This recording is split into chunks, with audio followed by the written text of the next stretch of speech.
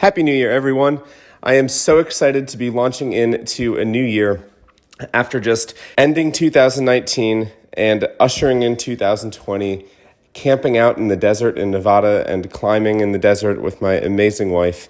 We have found it to be such an incredible way to bring a year to an end and usher in a new year by just escaping for a couple nights and being refreshed and being outside. And this morning, as I get back into the swing of everything, I am so excited to be reviewing goals and reviewing plans for 2020. And I wanted to talk a little bit about the importance of goals and why a new year shouldn't be the only time you set goals. Actually, for me, I have a set of goals that I am working on every single day. I review my goals every day. I update my goals. I revise them.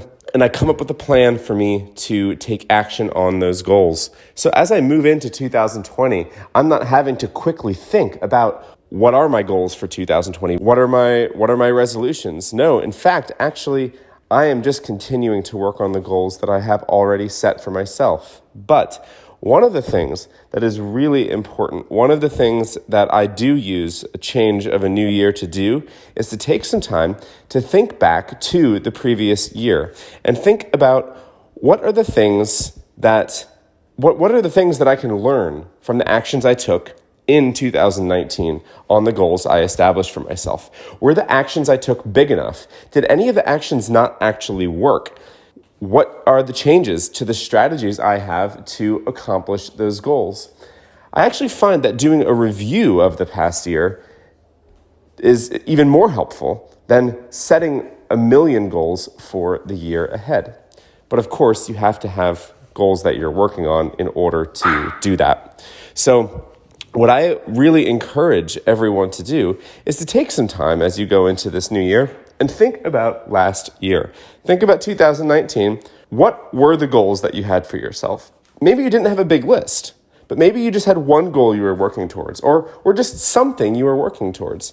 And ask yourself, did you accomplish it? Did you accomplish it as fast as you wanted to accomplish it? If not, what could you have done differently?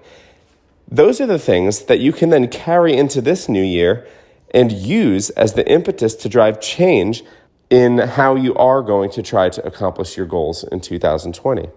Once you start thinking about what you can do differently, you'll learn how to take better action at the goals you have established for yourself. So, once you actually have goals for yourself, I think it is so important to try to understand what are you going to do to accomplish them.